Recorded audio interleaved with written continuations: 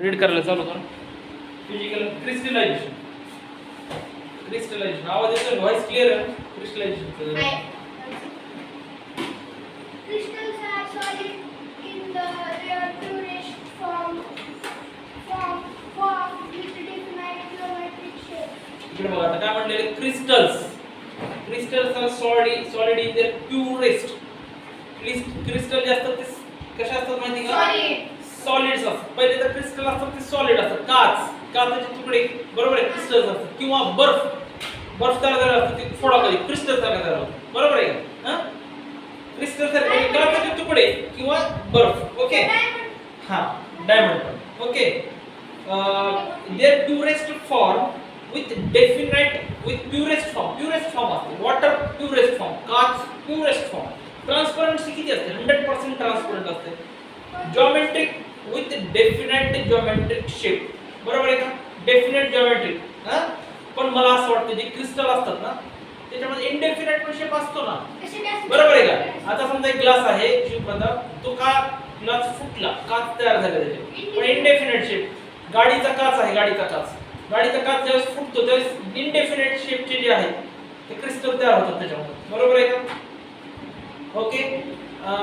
indefinite geometric shape, large crystal of pure substances can be formed. इकडे बघा काय म्हटलेलं आहे? large crystals of pure मध्ये बोलायचंच नाही. large crystals of pure माझ्याशी बोल काय? large crystals of pure substances can be formed from their solution. त्या सोल्युशन मधून काय फॉर्म होते? large crystals of pure substance चे large crystal तयार होतात. प्युअर सबस्टन्स प्युअर क्रिस्टल तयार प्युरेस्ट फॉर्म म्हटलेले ना आलं लक्षात? प्युरेस्ट म्हणजे वॉटर, पिण्याचं पाणी प्युरेस्ट फॉर्म मध्ये असतं बरोबर, ट्रान्सपरंट असतं प्युरेस्ट फॉर्म मध्ये. लार्ज क्रिस्टल फॉर्म होतात. The process of formation of crystals from their saturated solution. आता बघा काय म्हटलेलं आहे? The process of formation of crystal, the process of formation of crystal from their saturated solution is known as crystallization. आलं लक्षात? काय म्हणलेले? The process of formation of crystal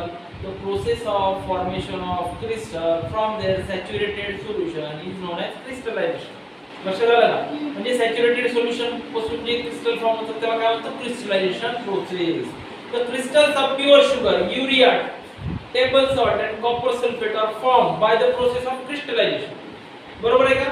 crystals R pure sugar बरोबर आहे का? प्युअर शुगरचे पण crystals असतात ना. तुम्ही जी साखर खाता ते छोटे छोटे क्रिस्टल.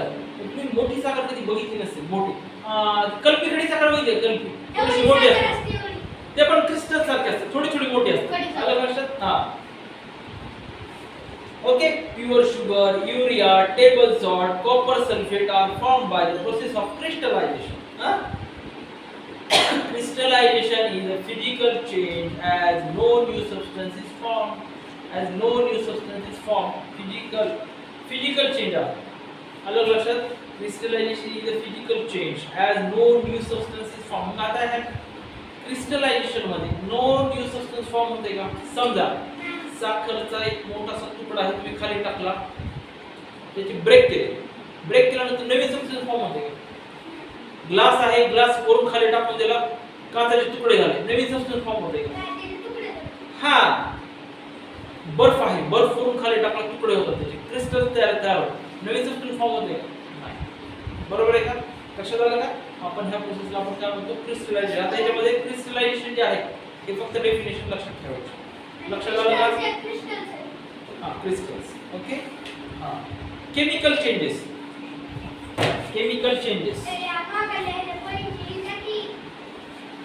ओके. हाँ एक्टिविटी क्या बोला?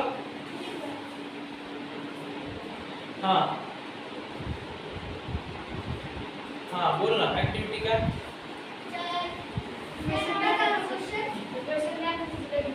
थोड़ा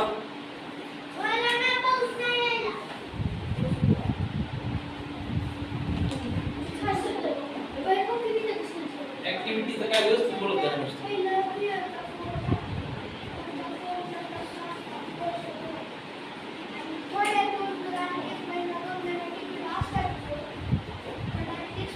ऍक्टिव्हिटी नाही घेणार मी ऍक्टिव्हिटी घेणार नाही. तुम्ही रेडी करा.